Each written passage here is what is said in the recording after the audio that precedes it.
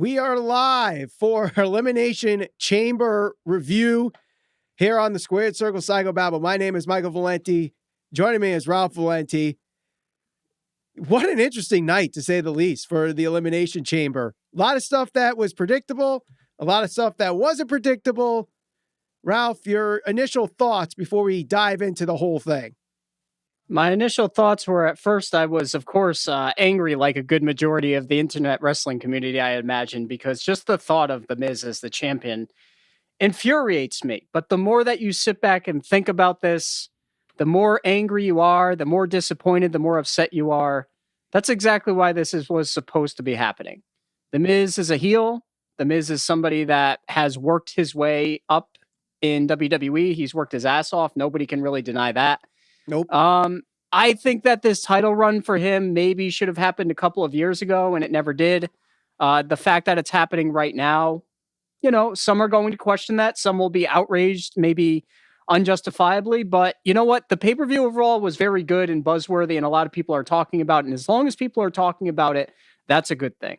I totally agree. And I know there's some people that have their opinion on this, whether Miz should be champion or not, or they could book Drew McIntyre differently heading into WrestleMania. So between now and when we actually talk about the actual event or what happened at the end of Elimination Chamber, I want you to use the hashtag Drew Mania and then tell me how you would book Drew McIntyre heading into WrestleMania. And we'll try to go over it. Try not to be long-winded in the live chat. Just try to be as concise as you can.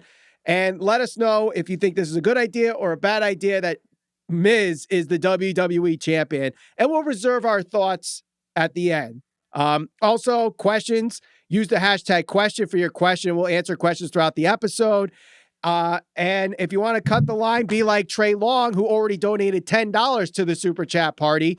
Give us your question. Any dollar amount, we'll answer that question. Cut the line because we answer in the order that the questions come in the live chat. So again, thank you, Trey Long, for donating $10 already to the Super Chat party. He just says that he's here to support us. Hashtag Grimes Drip. And that he said it was him that was giving us donations last week when we were doing a live review of NXT TakeOver Vengeance Day. Big Cameron Grimes fan, just like us. So for anybody that does a donation, you are going to the moon. Cameron Grimes style. If you don't like it, kiss my grits. Cameron Grimes. Best thing in wrestling. I'm patiently waiting for him to be coming up to the main roster, but we'll see. I'm not so sure that is. Speaking of the main roster, I guess we can kind of get into the review now. Yes. But before we get into the review itself, I don't know if you saw this on Twitter, Ralph, and that is something Kenny Omega said. So someone asked him about a match between Kenny Omega and Brock Lesnar. Right. Or what his thoughts were of Brock Lesnar. And Omega said that Brock Lesnar is a great athlete and a great performer. And if he ever faced him in the ring, he would need more friends to face Brock Lesnar. Your thoughts on the comment? Kenny Omega would certainly need more friends to face the likes of Brock Lesnar. I think this is interesting. I think it's interesting for a number of reasons. I think a lot of people there are going to be people that would want to see Brock Lesnar in AEW, and then I think there's a good percentage of the AEW fan base and loyalists that would not want to see Brock Lesnar in AEW. So I think that it's interesting that Kenny's actually acknowledging that Brock is not just a jacked up guy, but he's also a very good entertainer because, you know, Brock, when he came back from his stint in the UFC, he became very one-dimensional. It was suplex, F5, go home. And there's not to say that that's wrong. It's just what he was. It's what he became. But if you go back to his early career, the matches against Kurt Angle, his matches against some of the other guys that were very prominent on the SmackDown roster, his feuds with Undertaker. I mean, he was a legitimate top tier athlete, and he still is, really. Mm-hmm. So I think it's interesting. Especially considering from what we know right now, he's supposedly still a free agent. So I like this. I think it gets people, again, another buzzworthy thing that's kind of going around the internet right now. Yeah, it definitely is. Would I want to see Kenny Omega versus Brock Lesnar? Definitely. Obviously, the wheels are turning. Brock Lesnar technically is not signed by WWE. So Tony Khan, if he could work the magic and say, hey, we want you to wrestle Kenny Omega, does Brock Lesnar actually go there? And if he does he give Omega the shine, or does he squash him in 5 minutes? What do you think he would do in that situation? Where's the match taking place, in AEW? If Tony Khan is booking, yes, that would be an AEW. Yeah, so this would certainly not be a squash match. It would get some time, and rightfully so. I mean, Brock's best matches in his return, in my opinion, have been against a smaller guy that can really show off their athleticism around the limitations, and maybe even they're not real limitations, but Brock's presence and his moveset right now based on what he's doing in his career. So his matches against AJ, Finn Balor, those are some of the matches that come to mind. Even that brief match that he had with Rey Mysterio, albeit not the most newsworthy match, but still exciting. So I think that a match with Kenny Omega would be very good. Yeah, I think it would be good. And we also got a $5 donation to the Super Chat Party. Thank you, Alan Osborne, for your $5 donation. I don't know if we've ever seen him before, but if you're new, welcome to the Squared Circle Psychobabble. Glad you're part of the community here. I think it would be a really good match, especially if Lesnar goes into it like he did with Balor and Styles and Daniel Bryan, where he will sell for Omega. If he sells for Omega, that would be a hell of a good match. And it doesn't need to be a 60-minute Iron Man like Okada and Omega. But if you give them like 10, 15 minutes, at the most 15 minutes, that would be better than a lot of matches Kenny Omega's had that have gone 20 to 30 minutes. I guarantee you that. I would agree. Yeah. Yep. I think some of these longer marathon matches can become a little overly booked, and that's not just for Kenny Omega, but just that's kind of the style that people are working nowadays. And I think there's nothing wrong with a competitive 10-minute, 15-minute match, especially with the likes of a guy like Brock Lesnar and a talent like Kenny. Yeah, I totally agree. Now, I know some people are asking me in the live chat whether or not the show is going to be archived for replay here on the Squared Circle Psychobabble because they want to watch the women's tournament. You can, just like the women's tournament's going to be archived. So if you want to go back and forth, if you want to mute the commentary for the women's tournament and watch us do our review, you could do that. But yes, it will be available for replay. I think as soon as we're done recording, it automatically goes up, or might take a minute or so. But either way, it will be there. So again, if you want to ask a question, use the hashtag question. Let us know what you think about Drew McIntyre's booking for WrestleMania. Use the hashtag DrewMania. We did get a couple Drew Manias here, Ralph. So let's see what they say so far. Heather Wright says he gets his rematch versus Lashley because The Miz isn't staying champ. I think that's the most obvious route without really going too in depth into it. Yeah, I'd agree. I think that is the most logical storyline that they're going to progress probably going into Raw tonight. Especially considering the conversation that you saw MVP having with The Miz backstage. So yeah, I think that is the route they're going to go. Yep. I totally agree. And the other one is Miz loses to Lashley at Raw or Fastlane. Then Drew gets the Mania moment, wins the title, ... Good shit, pal. Of course. Good shit, Sounds pal, about right. as long as that. And I don't know if you saw the news about the women's tournament. Speaking of that, Anna Jay is out of the tournament. She separated her shoulder, so she will not be in the match. I believe she was supposed to challenge Britt Baker, so she won't be a part of that. I forget who they replaced her with. It's a name that I don't really remember. I don't really think she's been on Dynamite too much. But another question here. Do you think Mania is going to be a triple threat for both belts? That's from Nick Jimenez. I don't think so. By the way, Nick is a guy that we met one time at one of the takeovers that we went to. Yeah, Takeover 25, we saw him. So shout out to Nick on that. But I don't think it's going to be a triple threat for both belts at Mania. I think Drew will have his match, and Roman and Edge will be main eventing WrestleMania. I would agree with that. Yeah. And as we talked about yesterday, I think that probably Sasha and Bianca Belair might even main event the other night. So that's where I see that going, especially now. You know, I don't know if The Miz is going to be involved in the main event at WrestleMania or if he's just going to be a transitional champion, but I can't see The Miz main eventing a WrestleMania right now. Yeah, I definitely don't see that. And let's see how the story progresses, because I know a lot of people are quick to make the assumption or whatever, or they're saying it's a good idea, it's a bad idea. Let's wait. And I'll give you my full thoughts of this later on in the show, and I'm sure, Ralph, you're going to do the same. But let's talk about Elimination Chamber.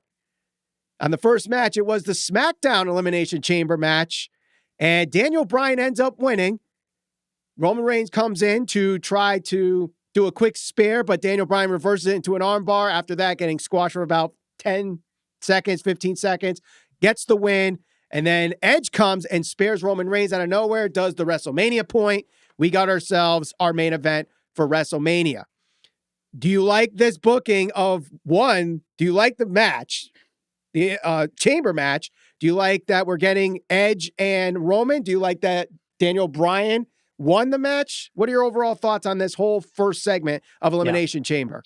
I liked it. I liked it a lot. I thought the match itself was very good. I think certainly you're going to get people that are going to question the outcomes of certain parts of the match. Like, I think some people are going to be upset that Kevin Owens was eliminated rather early in the match and rather decisively. But at the same time, when you have that many talented people in the chamber, you're going to have some fans that are going to be disappointed because somebody that they were really rooting for has been eliminated, especially considering only one person can win. I like the fact that Daniel Bryan won. I like the fact that Roman Reigns, the match itself with Daniel Bryan and Roman Reigns didn't go excessively long. And I know that bothered some people too. But if you think about this now, that went exactly as Roman Reigns intended it to go. He wanted to have that championship match following the Elimination Chamber, knowing that the person he was going to face was going to be worn out, especially Daniel Bryan, who took an absolute beating the entire night. He did. I thought that chamber match was very good. I liked just about everything that I saw in it. I had picked Cesaro, as anybody who followed the show yesterday. I thought Cesaro was being built up so he can have a match against Roman, and I don't have a problem with him not being the guy. I don't know what they're going to do with Daniel Bryan from here on out, but they have an out for him.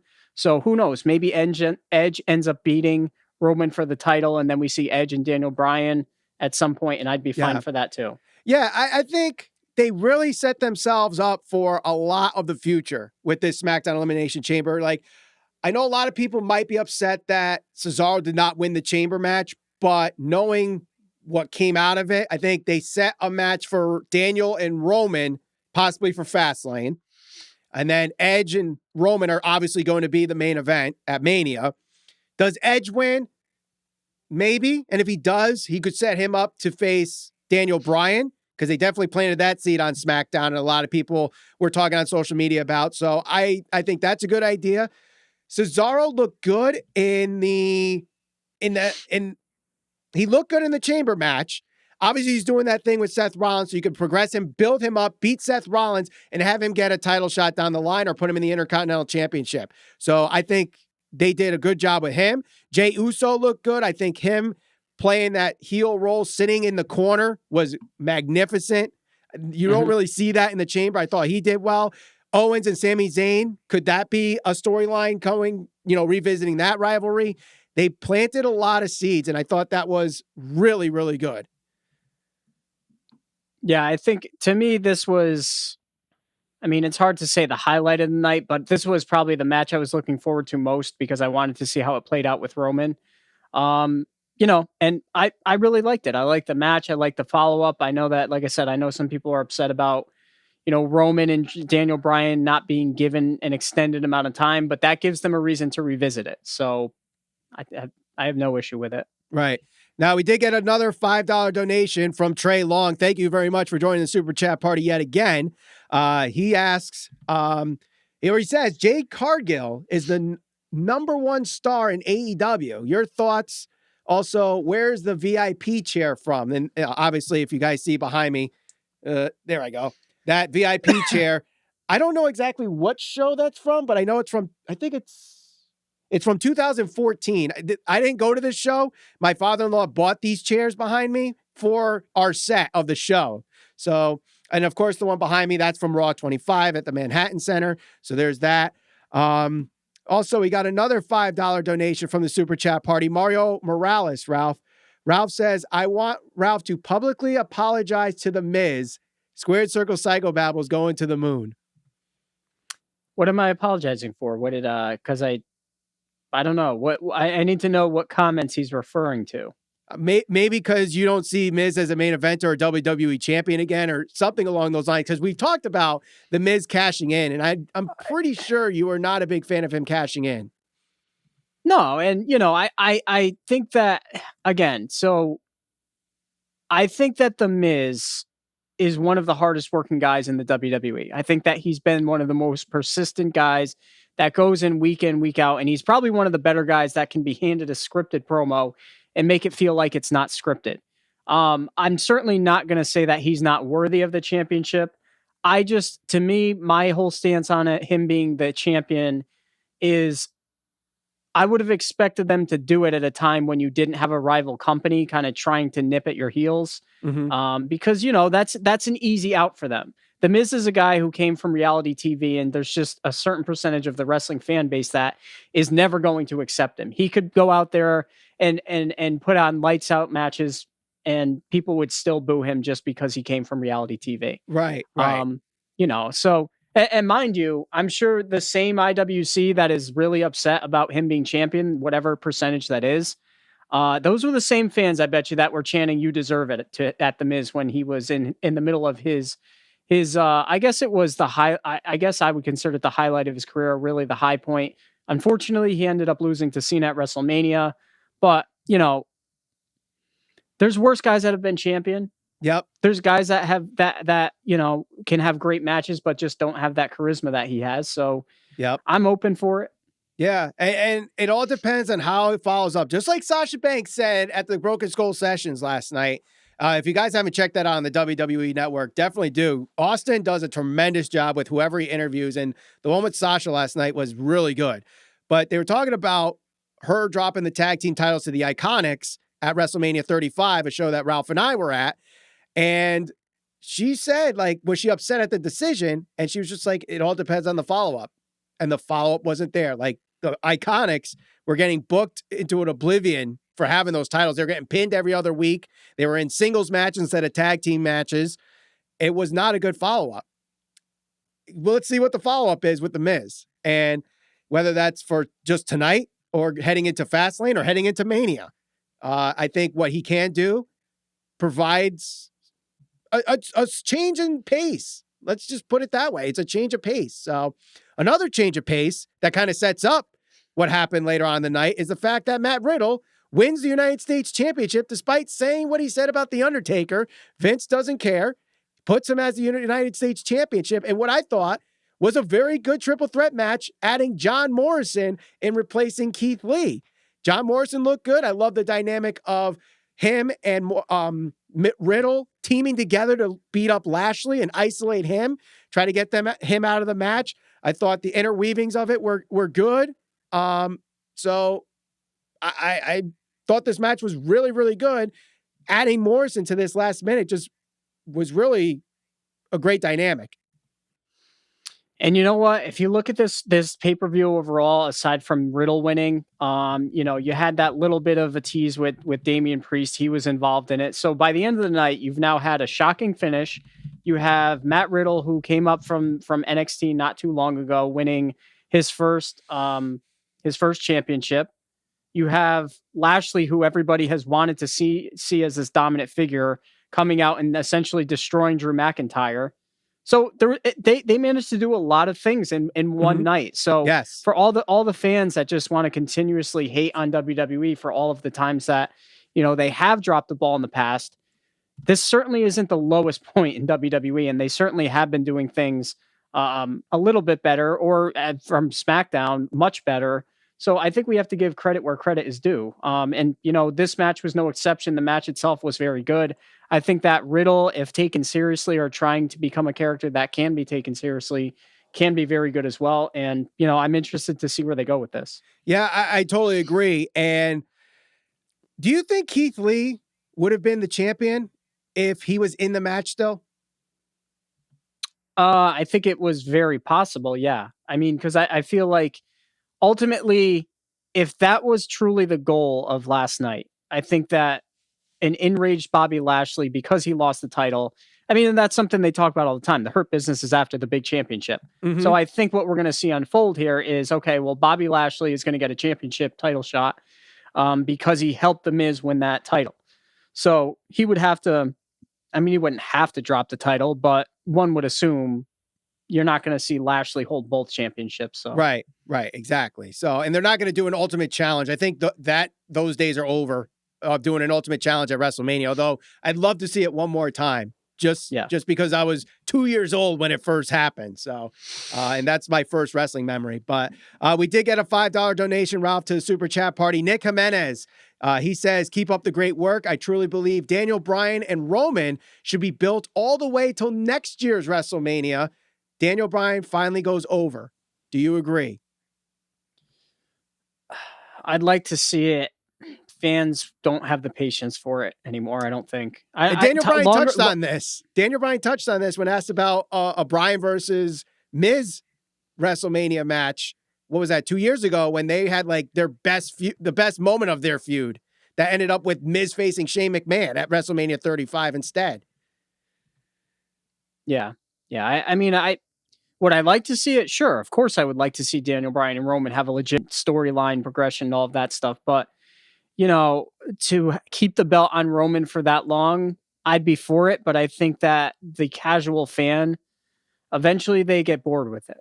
So that's where you run into trouble. You know, if you keep the belt on Roman all the way till next year, how do you keep it fresh? Right. It's not impossible. But I agree. Now, Trey did ask in his previous super chat, so let's give him his full super chat there about Jade Cargill, because we didn't actually bring it up. So what are your thoughts on Jade Cargill so far? I know there's a small sample size, but at least her promo's not too bad, and she hasn't had a match yet, so it's hard to really say what our thoughts really are of her until March 3rd. But do you have any initial thoughts on her so far? Certainly a physical specimen. She's in great shape, so I'm hoping she can deliver in the ring. Yep, I hope so too. But I mean, it's not going to be Shaq that does it. So, we did get a 5. It's been a while, so hopefully I get this right. Is it euro? Is it pound?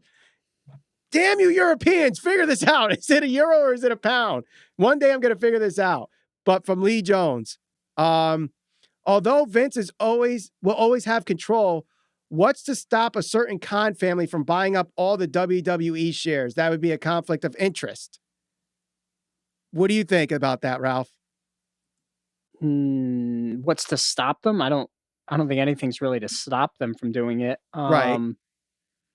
Yeah, I don't see it happening, but no, I don't think it will happen. Like, you got to spend a lot. And first off, Vince has to agree to sell it, let alone buy it, or, you know, have them buy it. So if Vince has the majority of the shares, the ones with voting power, he's not going to sell them to the cons. So $2 donation here. Again, Trey Long saying Bobby Lashley and Sammy were the best at the pay-per-view. Would you agree with that? Yeah, I probably would. Yeah, I mean, Sammy looked really good in the opening match. His storytelling was really good, and Bobby Lashley, they made him look like $1 million, even though he lost the match. He looked really strong. They've been working it. They've been trying to make him look like a monster for the past 3 or 4 weeks now. So yes, they have. Totally agree. So let's continue on. We already went through some questions, so let's go on with what's happening with the Women's Tag Team Championship match. Nothing really special about this match. I mean, Bianca and Sasha look good for the most part, but at the end, we have Reginald trying to throw a champagne bottle at Sasha, trying to use it for Nia Jax, but then the distraction cost the match, and Nia Jax and Shayna Baszler retain. Do you think there was anything to really talk about out of this match other than the dynamic of Bianca and Sasha and Reginald costing them? Like, does Carmella get into this and it leads to a triple threat, or are they just continuing the Carmella-Sasha storyline for Fastlane? I think the match itself, it was okay. It was, in all honesty, I think most people would agree it was the worst match of the night. And there was only 5 matches, depending on if you wanted to count the cash in. Right. And, I think that the Reginald being involved in the storyline is the interesting part, because, you know, how is that going to play out? Is he actually trying to align himself with Sasha, or is he trying to sabotage Sasha and somehow get Carmella involved in the title picture again? So, you know, I think ultimately I just want to see Sasha and Bianca at WrestleMania. So hopefully that is what we end up getting, and they don't try to swerve us and overly complicate the storyline. No, I really don't. I don't think they're gonna swerve us. I mean, they've already done enough swerving as it is from last night, so I don't see it happening. But let's head to some questions, Ralph, before we head to the main event here. From Jeff Samuel, would you like to see a heel Jeff Hardy versus Riddle for the U.S. title? Tell the story when they were a team and Jeff tells Riddle, "You were never my friend." That would be interesting. I know they tried to do the Hardy Bros. It didn't really amount to anything. A heel, I don't know if I could ever see Jeff Hardy as a heel, though. I think Riddle would have to be the heel, if anything. Yeah, I mean, I would definitely be into it. Jeff Hardy is always, to me, has been the guy from the Hardy Boys that he's more known for his in-ring and not so much the strong promo. I always thought Matt was a better promo than him. So, yes, to expect him to carry a storyline just based on that, it might be a little difficult. But to see those two feud over the U.S. Championship, that would be fine. Right. No, I totally agree. Mario Morales, another $2 donation from the Super Chat party. Do you guys prefer the shorter pay-per-views? 100%. Absolutely. It is 2021. We do not need 5-hour pay-per-views. We do not need these stupid 7-hour WrestleManias. If you want to make 2 3-hour nights, I'm all for it. If you want to make Elimination Chamber 2.5, 3 hours, I'm all for it. Enough with the 4-hour pay-per-views every month. It drains the fans out. And I think WWE is making a much better job at doing quality in shorter time than quantity of matches that are just a lot of filler, just to give people paychecks because they're on the roster. So let's give them the WrestleMania paycheck just for being there. Yeah, there's no need for the goofy matches or the filler matches. Look, let's just get to the point. Let's make it, if it's going to be 2.5, 3 hours, that's fine. I'd rather have 3, 4, 5, well, let's say 4 or 5 or 6 quality wrestling matches than, 9 or 10 filler matches with, a battle royal and whatever else they try to fill, especially WrestleMania. WrestleMania is a very long day, and it can be a very long couple of days if they try to host, 2 5-hour shows. Not everybody needs to be on the card. Everybody that is going to wrestle on the card should be made to be feel special, especially to the fans. So I'm all for the shorter pay-per-views. Yeah, totally agree. Takeovers were great, and takeovers were what, 4 or 5 matches, if that? They were at max. If you had 5 matches on a takeover, that was a lot of matches. Yeah. And usually what ends up happening is most of those matches are at least 20 minutes. So you could still fill 2.5 hours with those 5 matches. So give the matches that need to have time instead of just throwing matches out there just to say, hey, we gave you a United States Championship match. Hey, we gave you an Intercontinental Championship match. Hey, we gave you a tag team title match, when there's no story behind them. Plus, it lengthens the title reigns so that when they have a title match, it's important. And it's not like they're still having title defenses on Raw and SmackDown. So it's not like it's a terrible reign for these guys when they eventually have a title change like Lashley. Yeah, no, I agree. I mean, I'm all for the shorter pay-per-views. I think it makes more sense. I think the fans are more engaged, and I think that you avoid the fans tuning out, so they could actually be invested in the product throughout the night. Right, I totally agree. So, all right, we already talked about that. Let's talk about it now. What are my thoughts on The Miz winning the WWE Championship at Elimination Chamber? There's one word to describe it, and you saw it in the title, and that is awesome. I think it was amazing. It was amazing. I have no problem with it whatsoever. I think the booking was fantastic. Bobby Lashley looked like $1 million. The Miz looked like $1 million. Drew McIntyre in a losing effort is protected.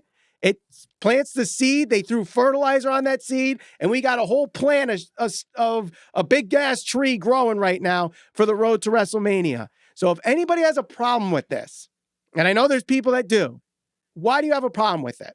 Is it because The Miz isn't a good wrestler? Is it because The Miz is going to be a transitional champion? Is it because Drew should hold the title till Mania? All legitimate arguments. I'll give you that. But if your reason is just because it's WWE and this is just crap booking, you got nothing here. What is the reason? It's because he's The Miz. And he's awesome. And some people don't take him seriously, and that's part of the problem. And I think the one fault in all of this, and I think that it makes sense for him to be champion, probably a transitional champion to get to WrestleMania and get the belt on Bobby Lashley. I think all of that is going to happen. I think the issue that I take with it is that he has been made to look like such a goof, and he's capable of being much better and being much more serious. And his feud with Cena you can probably highlight that. His second feud, I should say, going into WrestleMania. That was some of his best mic work. His feuds with Seth Rollins. When he's going out there and he's being the A-lister or with the Miztourage, like that's where he shines. And even I've seen him cut like 3 promos since winning the title, and they were all very good, and they were all to the point, and they were all genuine. Yep. And it touches on that little piece of emotion where fans want to be outraged by this. They don't know why. Most likely because it's a WWE thing, because, it's just trendy to hate on anything WWE does. Yep. And also because The Miz to some fans is just never going to have a place in pro wrestling. I mean, when you compare, he's never going to top the list of your best matches of the year. He'll never top the list of like PWI top wrestler of the year. Right. And to see him as a champion, some people are going to scoff at that. But at the same time, look, I watched this. Right. And I'm trying to internalize my feelings. And my wife is also watching this. And out of the corner of her eye, she sees that he wins. And she's like, oh, okay, good. I'm happy for him. And do you know why? Because The Miz is a very recognizable individual, not just to wrestling fans. He's got his own TV show. So his ability to capture that casual fan, as much as the hardcore internet wrestling fan wants to hate this, they can hate it all they want. The casuals that know who he is and are going to be happy that he's winning the title and are going to recognize the effort he put in, that's who WWE is after. And they far outweigh the majority of, or the small majority of the wrestling internet fan base that's just going to crap on this because, oh, well, he can't do a tope suicida or whatever. He can't do a 450 splash. He can't do a one-wing angel. He can't do a rainmaker. Now, I see a lot of people saying, oh, he's a comedy wrestler. He's not a ratings draw. He doesn't deserve to be champion.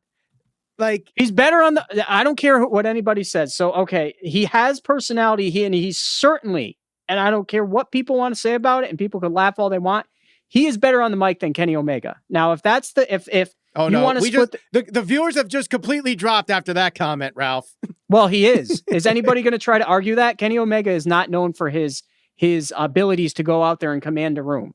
He looks uncomfortable every time he does it. Case in point, that's why he has a mouthpiece for him. Now, if you want to compare in-ring ability, no, not even close. Kenny Omega craps all over Miz 10 times over. But this is the entertainment business, people. This isn't about 7-star matches, 5-star matches. People are going to tune into Raw tonight because there's a buzz. Yes. That's what it's about. Larger than life characters. And The Miz, whether people want to admit it or not, he has a personality. And that's why guys like Cesaro, we talk about this, they don't get these type of opportunities because they don't have that little bit of it factor. I mean, if there's one thing that fans should be able to admit, is The Miz has the ability to go out there and talk and promote himself and get on your nerves. Yeah. And that's what he's supposed to do. Exactly. And like, a lot of people think Vince McMahon is out of touch and doesn't get good, can't do good booking anymore and stuff like that. And yes, I'm not going to sit here and tell you he's the greatest booker of all time, because he definitely has his moments of bad booking. And I've been on this show saying it.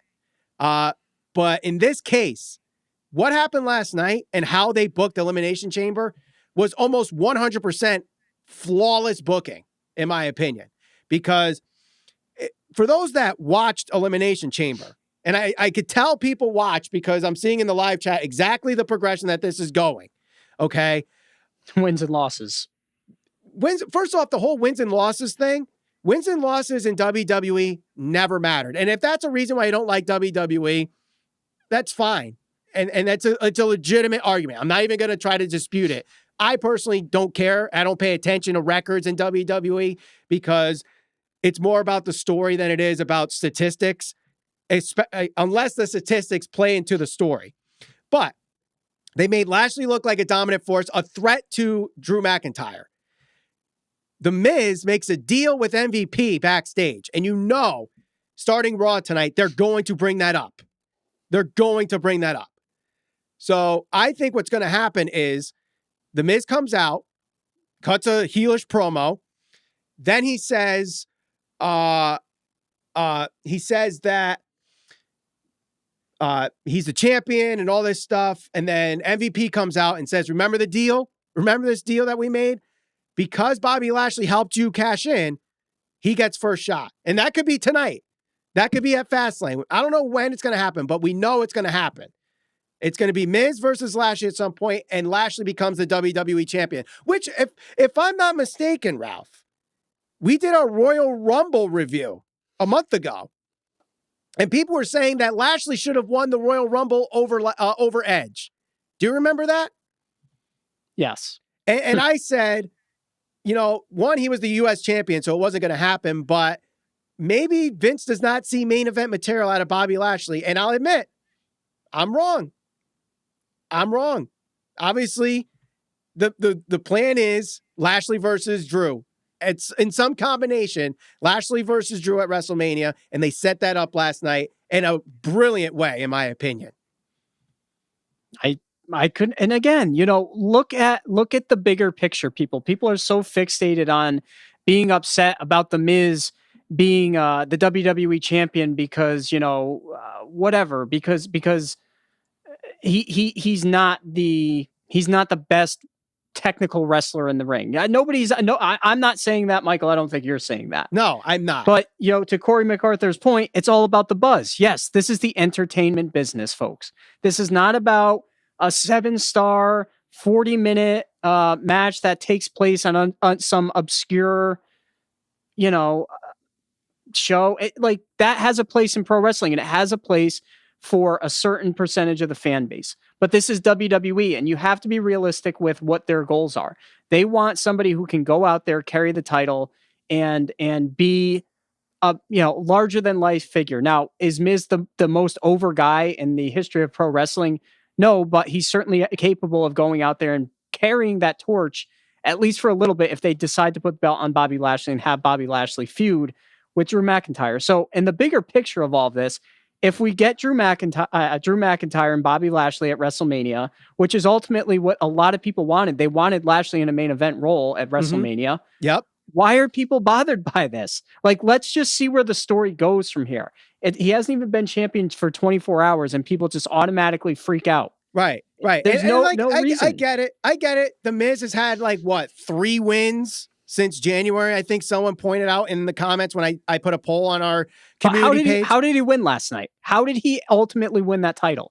He needed the help of Bobby Lashley, and he won it as a chicken shit heel, which he is, with that Money in the Bank. It fits his personality exactly to a T. That's what's supposed to happen. Exactly. And I know some people are like, oh, they could have gave it to someone and push a young guy. And yes, they need to push younger guys. I'm not going to be like, they don't need to. But they need a reason to put them on TV to begin with. They can't just put them on just to have matches. They're not going to do that, And the Miz is going to go out there, cut a better promo than anybody on the roster tonight, and we'll see. Is it going to be a ratings drop like some people say? Maybe not. A whole 3 hours is not going to be dedicated to the Miz, all 3 hours. So I can't put all the blame on him, but there's other things that there's so many ways that this can go. And that's all I care about when it comes to stories. Is it going to be completely linear? Maybe, but they could go other avenues. What are they going to do with Sheamus? What are they going to do with AJ Styles? Obviously, they could still be playing a part in this. Does it end up being a multi-man at WrestleMania? Who's going to be part of it? Does The Miz carry it all the way? What happens with Bad Bunny and Damian Priest because of this? You know? And for those that are going to say, oh, Bad Bunny's going to win the WWE title. It's one thing to win the 24/7 title. WWE's not stupid enough to pull a David Arquette. At least I don't think they are. I certainly wouldn't think they would ever go that direction. No. And that's the difference between Vince McMahon and Vince Russo.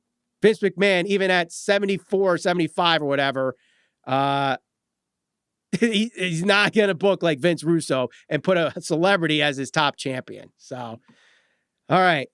The match itself, though, was on. I want to answer this question because somebody said Ralph harps about believability about wrestling, but he defends mid-Carter Miz as a top contender. Explain that. That's very easy to explain. I just answered that question. The Miz did not come out. All right. Let's look at it. Let's look at it from the bigger picture. Let's look at the big picture here of what happened last night. Drew McIntyre was in what was that match? 40-minute grueling match. He started the match. Yep. He ended the match. He won. He went through hell. He was then jumped by Bobby Lashley. Had the crap beat out of him after that grueling match. The Miz came out after all of that, and it took all of that for him to win the title. So if we were having this conversation and saying, The Miz came out, challenged Drew McIntyre one-on-one and beat him in a one-on-one match straight up, would I be happy? No, I wouldn't be, because I don't view The Miz as a top contender, even at this point where he is the champion. He will go out there and do his best to convince everybody that he's a top contender. And you know what? He's going to make a very convincing case tonight because he can cut promos and he can talk and he has a certain bit of swagger to him that a lot of other those young guys that you want them to push, they don't got it, folks. I'm sorry. They can do all the crazy shit in the ring that they want and the flips and the dives, and they can have their 7-star matches. The wrestling industry has never been about the guys that can go out there and deliver those types of matches. It's always been about the larger-than-life characters. Mm-hmm. So, no, I don't think that The Miz is a top-tier contender, but given the circumstances, it is believable in the way that it was presented that The Miz won the title. I mean, I don't know. That's how I perceive it. Right. And I think anybody that is buying the fact that they're taking a mid-carder, making him a top champion, and giving him like this incredible push, like he's going to be like a Jinder Mahal type push. I think they're getting worked. They're getting worked. Like you can't think that The Miz is going to go past Fastlane as WWE champion. And if he does, it's because he's going to be part of a multi-man championship match with Drew McIntyre and with Bobby Lashley. That's all that did last night. It set the seed for Lashley versus Drew McIntyre. And if that's what you want, like people wanted Lashley in there, this is how you got to get to it. You had to create a story. You had to create a riff somehow. They weren't just going to randomly put Bobby Lashley and Drew McIntyre together. You know? Go ahead. A year ago, more than a year ago, for years, 3 years, we were having a conversation as fans. We were all so frustrated because it was the same thing. Brock Lesnar, Suplex City. He's not there every week. He's not defending. Why aren't they pushing new guys? Well, you got Roman Reigns as a heel. You got Drew McIntyre as your champion. Mm-hmm. You got them elevating some guys that they brought up from NXT, Riddle. You got Lashley, who is looking like he's going to be positioned in a main event picture at WrestleMania. Sheamus is more relevant than he's been in years. You look at SmackDown, you got guys like Kevin Owens, Jey Uso, Sami Zayn, Daniel Bryan, Cesaro, guys that are doing some of the Big E, guys that are literally doing some of the best work of their career right now. Look, is everything perfect? No, but to not acknowledge the things that they have done right. This is not where we have Goldberg as our champion going and squashing, the likes of Kevin Owens and Dolph Ziggler. Right. This is not Brock Lesnar coming in and doing Suplex City and saying, okay, well, we're going to have him feud with the face Roman and just give him a title shot. This is not The Undertaker coming in well past his prime and taking a spot from somebody at WrestleMania. Exactly. Like they're doing things the right way and fans are still complaining. And that's the thing that drives me nuts. It's different. It's fresh. It's unpredictable. Can't people just enjoy it for what it is and just like be a fan for once instead of just critiquing every last little thing? Like if The Miz is the world champion is the worst thing that comes out of Drew McIntyre's championship run, I'm fine with that because The Miz, he's not the worst and he's not the best, but you know what? If he's going to be a transitional champion, he'll be good in that role. Right. And I mean, the one thing that I said too, and a lot of people from the internet wrestling community was talking about is is the Money in the Bank contract. If the Miz failed, it would have been 3 out of 4 years. And I even said it, 3 out of 4 years, the contract's buried. It had to be a successful cash in, and they had to do it in such a right way. And this did it. It really did. And like, I don't care about match quality. This has nothing to do with match quality. It has nothing to do with main eventing, because we know the Miz is not main eventing, but they needed to transition. It's a transitional championship. And guys, they used to do this a lot back in the old days. You know, if you look at the Attitude Era, the greatest era that everyone wants the wrestling world to go back to, how many times did they flop the WWE Championship in less than 3 months? Hell, Kane won the World Championship. The next night, he dropped it right back to Stone Cold Steve Austin. Thus, less than 24 hours, he was champion. Mm-hmm. But yet, we're complaining that The Miz won a championship by successfully using Money in the Bank, and we know where the story's going. They told you right out, The Miz and MVP have something up their sleeves. It's there. It was foreshadowing. WWE's not as stupid as you guys think they are. Yes, they could do some really stupid things sometimes, but this is not one of those cases. I'm sorry, it's not. No. I also think that a lot of times I think, Michael, you and I will go against the grain of what us not shitting on this whole thing right now isn't going to do us any favors. It's not going to get us more viewers. It's not going to get us more subscriptions. And you are going to find a lot of podcasters out there and a lot of people that are going to review that last night and just laugh at the fact that The Miz is the champion, because that is what they want to kind of preach to the choir, so to speak, for a lack of better saying. I'm not going to do that. I've never done that. I've never gone along with it. As anybody who's followed this show long enough knows, if I like it, I'm gonna say I like it. If I don't like it, I'll tell you straight up, I don't like it. Mm-hmm. And I'm not gonna sit here and say that The Miz being champion after last night is necessarily the worst thing in the world, just because that's what the trendy, you could see it. People follow all the Twitter accounts of certain shows, and that's the narrative that they want to spin. Just like it was the narrative that Edge was too old to be a champion and Edge is a part-timer. Last month we were having that conversation. Now it's something new. It's always a new narrative that's getting spun. Mm-hmm. It is just how it is. I don't know. It's unfortunate, but yeah. But before that match, though, we had the Raw chamber match for the WWE Championship. Anything that kind of caught you off guard with how they approached the match? There were two things that were a little bit alarming, or I wouldn't say alarming, but two things that caught me a little off guard with this match. Well, the one thing was the AJ Styles bit of it. Well, there's that too. AJ Styles, like almost breaking the chamber so he could wrap around and enter anyway, which kind of circumvents the rules, which, yes, that's a heelish thing.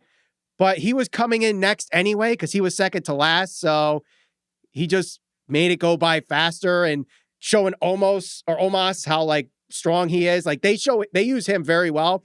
But the two things that really shocked me was, one, Randy Orton eliminated first before everybody even entered the match.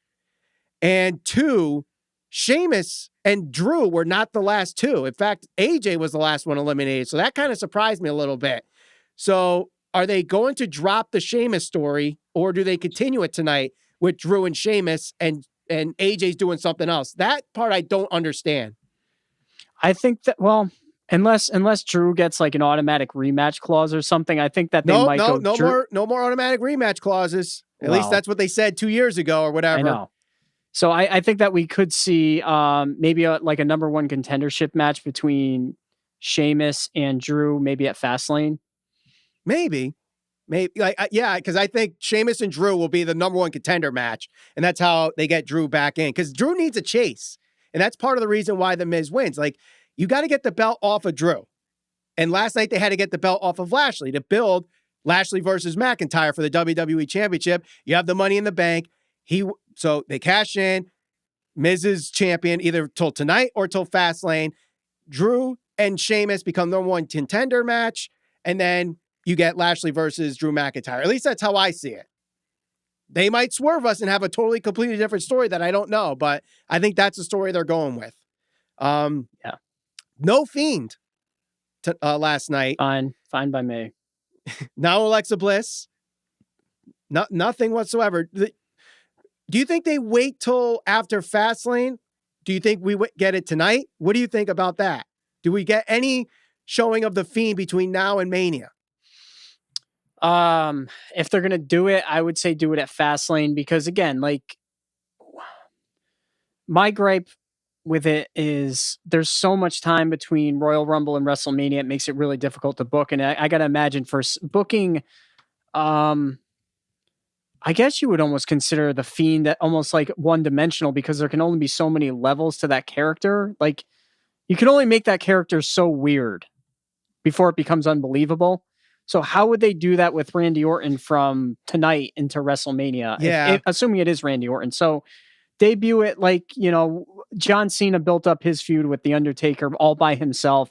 Yeah. Essentially a month out before WrestleMania. I think something similar in some cases, less is more. 3 to 4 weeks build towards WrestleMania. That's all they'd need for that, I think. Right. No, I totally understand. And that would actually be a great way, because Randy Orton is a good promo. And he's gotten a lot better as his experience goes. So him going out there and just calling him out like Cena, I don't think Cena could do it like, or Orton can't do it like Cena did, but he can at least progress the storyline. And you also got Alexa Bliss in there. So what does Alexa Bliss come into effect? So we do have a couple questions falling in. So let's do those before Raw heads up at the top of the hour. People asking about Asuka, people talking about a women's elimination chamber. So we'll talk about that really quick. If you want to cut the line, donate to the Super Chat Party. Almost at $50 of donations. Thank you guys so far. Can we make it past $50 before the hour is up? Let's try to get to 75. Let's really push for it. $75 Where's before the cat? the hour. Let's get the cat involved. The cat. I think I just heard him. I think I just heard him meow in the background. But no women's chamber. Why was there no women's chamber? I think honestly because they wanted to keep the pay-per-view under 3 hours. They already had the two, one for Roman, one for the WWE Championship. I don't think a third one would be necessary for the women, especially which show gets it, Raw or SmackDown. And I don't know if there's enough women being built right now to fill a whole chamber. Maybe on SmackDown, but not on Raw. Definitely not. Yeah, I know. I agree. Plus, especially if they were trying to keep it to a shorter type pay-per-view. I mean, to have that many chamber matches in a short amount of time, that's overkill. Yep. And then, of course, with Asuka, why didn't they have a match replacement? I thought if they were going to do anything, it would be an open challenge. And that's what it hinted at in the pre-show. Did you watch the kickoff at all? I did. I watched most of it. Yeah. So they did a segment where they were talking about Asuka. And, of course, Charlie Caruso brings up, oh, who's the father? We need to get Maury into this, which stupid book. There's your example of stupid booking, folks. Yep. Stupid booking in WWE. Trying to use Ric Flair and Lacey Evans in a Maury Povich paternity case thing. No, we know that Lacey has a husband and she's got already one daughter. Enough already with that. So, but yeah, no match for Asuka. I think they'll probably do something tonight. Hopefully they do an open challenge. I don't know if they introduce somebody? Do they throw someone else in there like Lana or Naomi? Wait a minute. Weren't Lana and Naomi supposed to be getting a tag title match? Maybe. I wouldn't doubt it. I feel like they won a match where they were number one contenders. They haven't had that match yet. So do they get it tonight? You could be right. I honestly, if there's one division or one thing that I pay very little to, it's the women's tag. Well, hasn't been as bad as it has been in the past, but yeah, I don't know, but all right. So I think I got this. It's a £5 donation to the Super Chat Party from Lee Jones. He said, remember everyone, hang around at the end for awkward, is it off moment. Yeah, that's what happens when you do these live streams. You click the button to end it, and then there's another button to confirm whether or not it's done. So there's like 5 minutes of dead pause, just like in the beginning. There's 5 seconds of dead pause to see if it's on.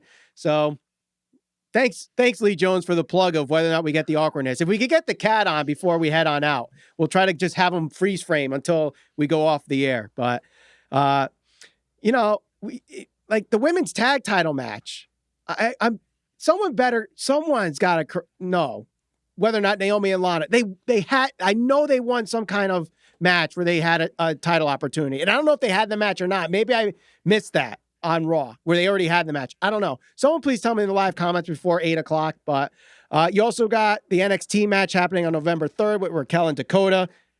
I wouldn't be surprised if that's a title change right there. But as far as Asuka, hopefully we get an open challenge tonight.